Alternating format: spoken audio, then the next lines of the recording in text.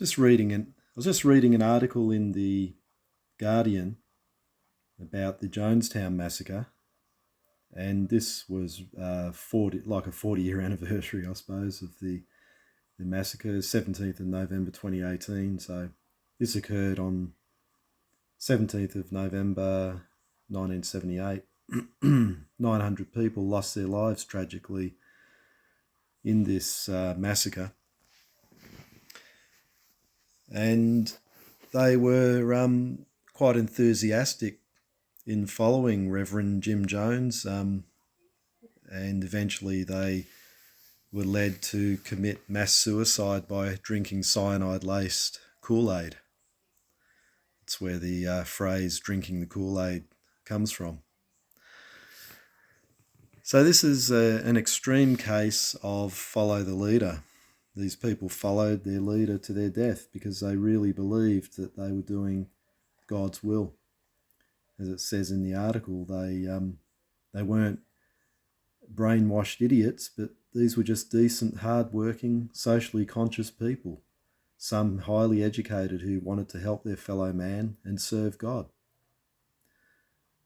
A lot like other religions, including Jehovah's Witnesses. Now, while this is an extreme case that went horribly wrong, Jehovah's Witnesses follow the same principles, if you like, and they're expected to also obey their leaders, and they believe sincerely that obeying their church government or the governing body, even to the death, is doing God's will. And they do it because they're sincere. They're good people who sincerely want to please God and do good. But let's see how this works. I'm just on Watchtower Online, the 2013, 15th of November Watchtower. This is a study article. It's based on a prophecy where the elders are said to be, according to Jehovah's Witnesses, the 7 shepherds and 8 dukes referred to there, who'd be instrumentally used by God to save his people when the Assyrian attacks. Now, the Assyrian represents satanic forces on earth, like a satanic coalition that are trying to wipe out God's people. In this case, God's true organisation on earth, Jehovah's Witnesses. So this is what Jehovah's Witnesses are expected to do in following the governing body. Let's see what level that goes to. And it says here in this paragraph, the part I've highlighted, at that time, so during this coming attack of the Assyrian, the life-saving direction that we as Jehovah's Witnesses receive from Jehovah's organisation may not appear practical from a human standpoint. All of us must be ready to obey any instructions we may receive, whether these appear sound from a strategic or human standpoint or not. So in other words, you have to be ready to obey the elders and the direction from the governing body through the elders, no matter what, even if it appears foolish from a human standpoint. Now, what does this and what happened at Jonestown have in common? Well, there's a principle that I'm going to look at, and it's in the Gospel of Mark, which I'm going to focus on. So I'm just looking at Jesus' teachings and how these, the principles in there, and how Jesus' teachings that were attributed to him by Mark can be dangerous. But before we do, we'll just look at an example now in real life of how this plays out for Jehovah's Witnesses. So we'll try and, there we go. So this is a screen grab from Watchtower Online again. This is G94, so that's the Awake 94, 22nd of May. Youths who have power beyond what is normal. So this is talking about young ones who refuse blood transfusions even in the face of death. And this young one named Lene, she was very, very sick. Feel really sorry for her. She was in such a bad way, and so much pressure was being put on her by the doctors to receive blood. Now, they were doing this because they were really concerned about her. It says in that paragraph, the doctors talked several times with Lene and her parents, so they were obviously very concerned, and they were trying to reason with her to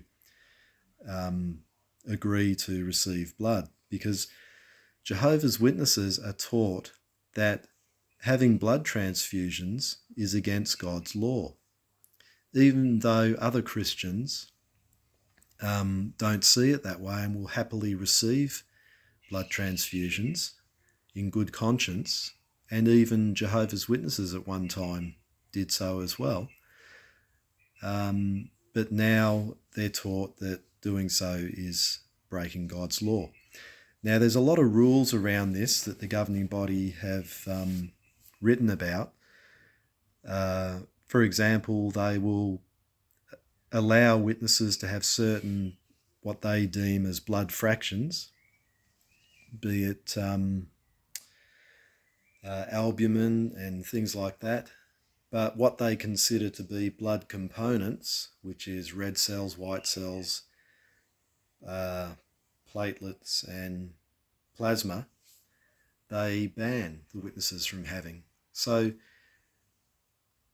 according to their interpretation of this scripture in Acts 15:28 and 29, and the way that they teach their followers then, the Jehovah's Witnesses, are willing to die for this belief, this interpretation of scripture. As we see there, this young one, she said, "I would rather accept death, if necessary, than to break my promise to do to promise to Jehovah God to do his will." So my heart really goes out to the witnesses, because they really are, by and large, good, faithful people who are sincerely trying to do the right thing. But unfortunately, their consciences they've allowed their consciences to be controlled by the church government, who has a very strange interpretation on this scripture and other scriptures, which I won't go into on this video. But the point is, in following the interpretation of their church leaders as they interpret the Bible, the Jehovah's Witnesses are willing to die rather than to give in or break the law of the governing body, if you like.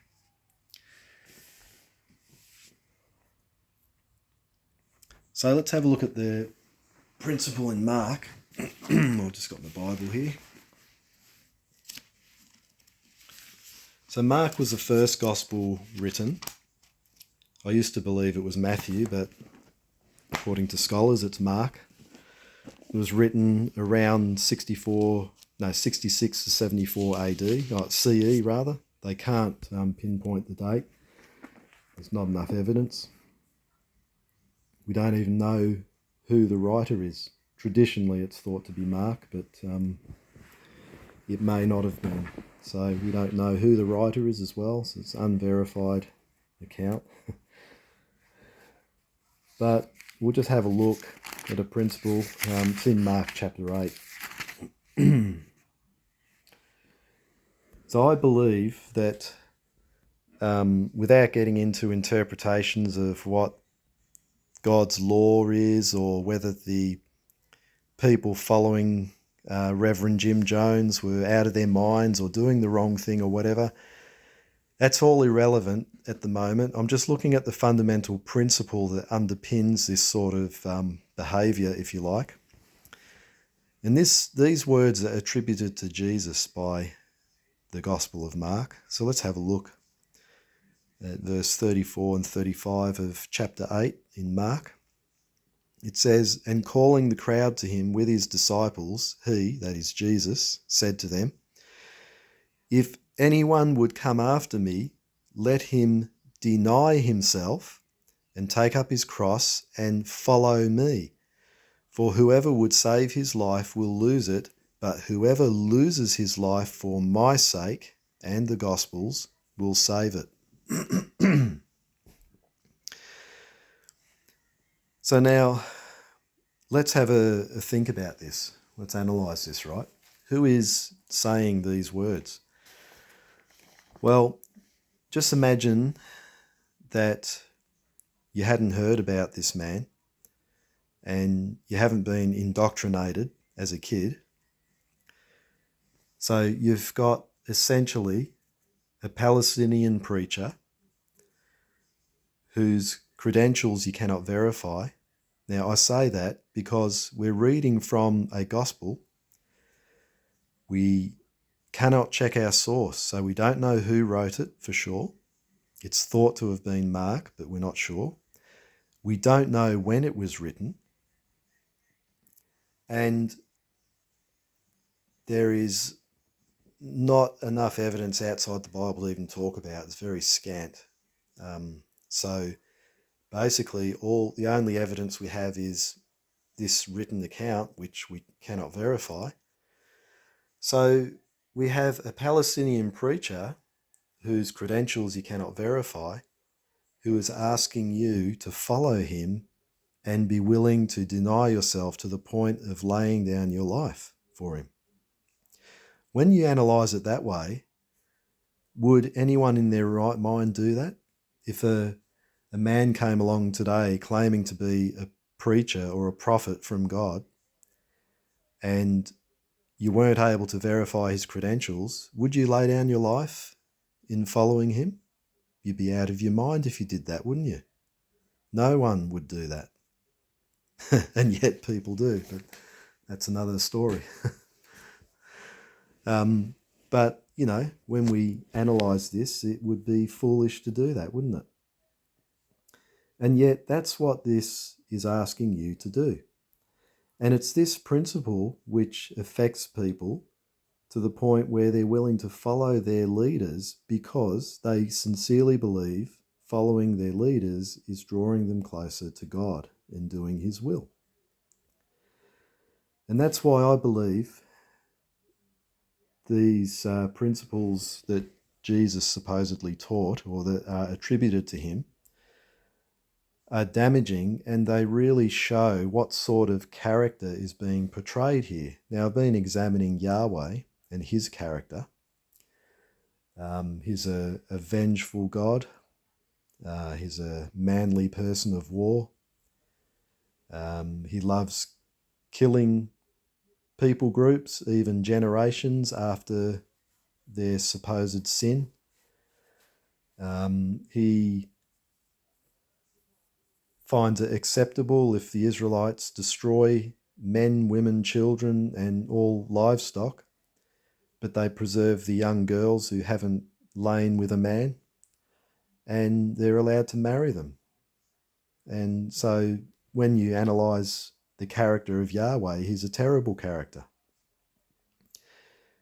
And people might think, oh, that's a terrible thing to say, you're exaggerating. But I'm not the only one to see this. A lot of the church fathers saw these things. Marcion saw it and was branded a heretic because he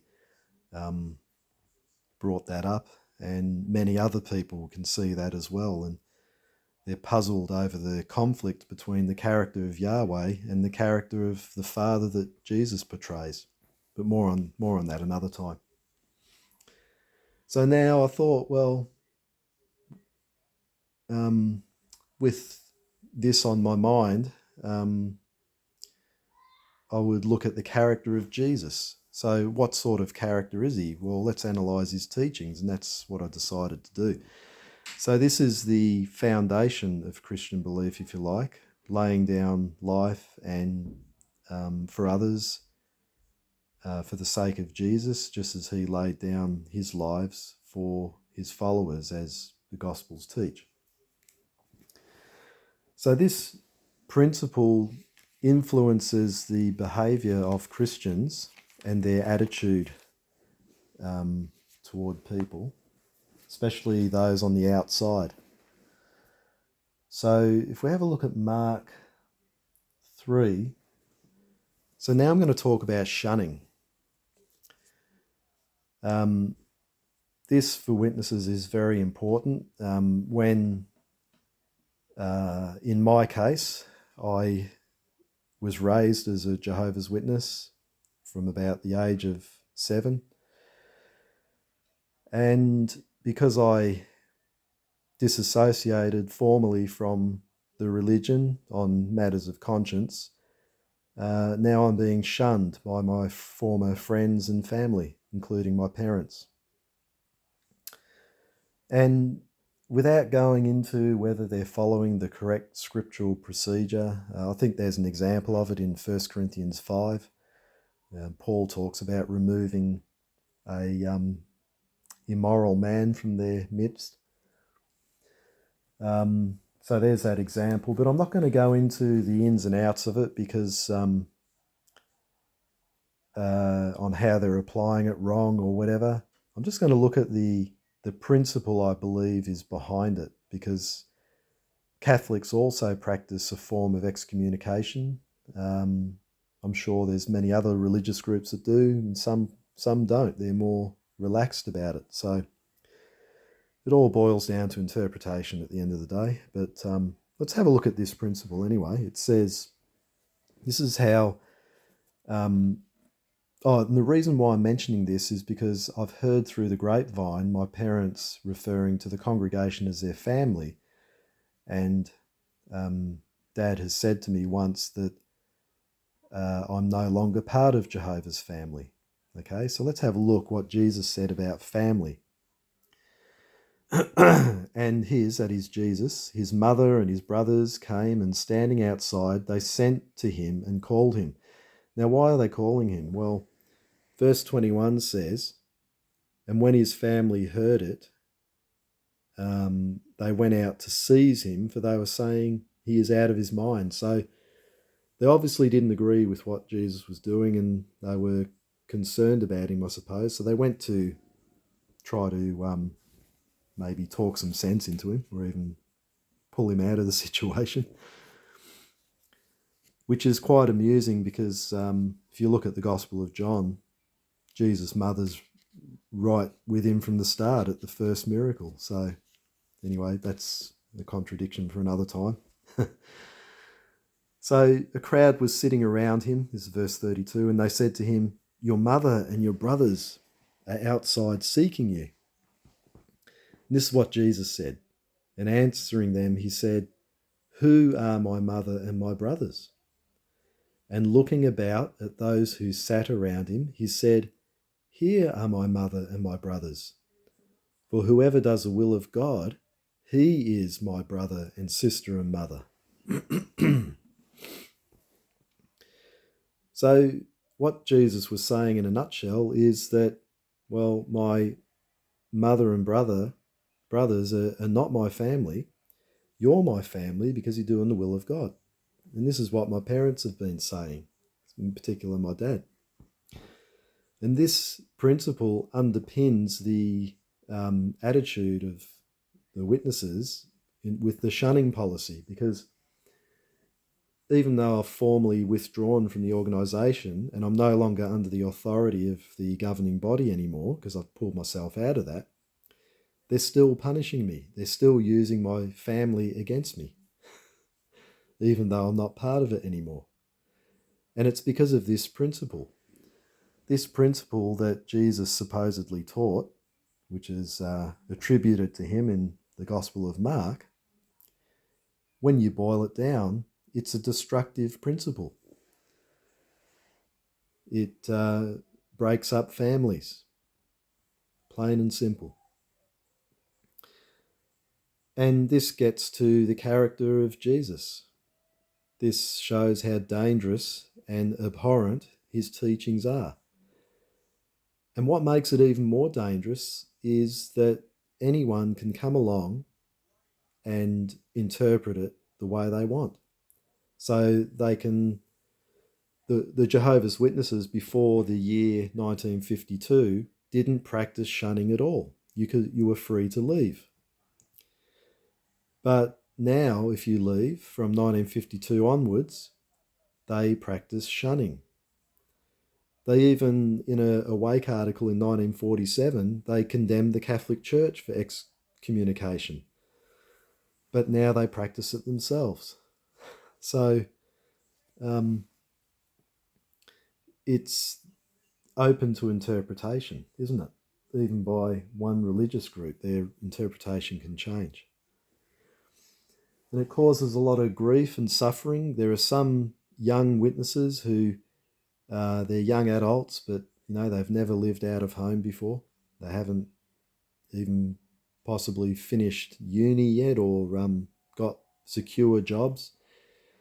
Some of them who get found out that they don't agree with the teachings are branded apostates, and they're ordered out of the family home and completely shunned. And some of them despair so much they've committed suicide. No exaggeration. So it just shows how destructive this can be. And in fact, there's even videos that were presented during the Watchtower conventions that I attended when I was still a witness a few years ago. And in one of those videos, an adult daughter of a family was kicked out of home because she was disfellowshipped in this case. And she was in a bit of distress and wanted to talk to her mum. So in the video, she's out in the street. She's ringing her mum. Her mum's in the kitchen. She sees the phone and obviously sees the name through caller ID. And you can see that she's torn, but out of loyalty to Jehovah and her family, her spiritual family, she doesn't answer the call. So her daughter's left in the lurch, and her life could have been in danger, and her mother refuses to answer. And that was portrayed for witnesses. This is the instruction they receive on that. Absolutely terrible. But the principle was taught by Jesus. That's the point. So this goes to the character of Jesus in the Gospels. Mark really portrays him as a bad character with some dangerous and abhorrent teachings. So I'm going to focus more on this in the future. Let me know what you think in the comments, and I look forward to seeing you next time.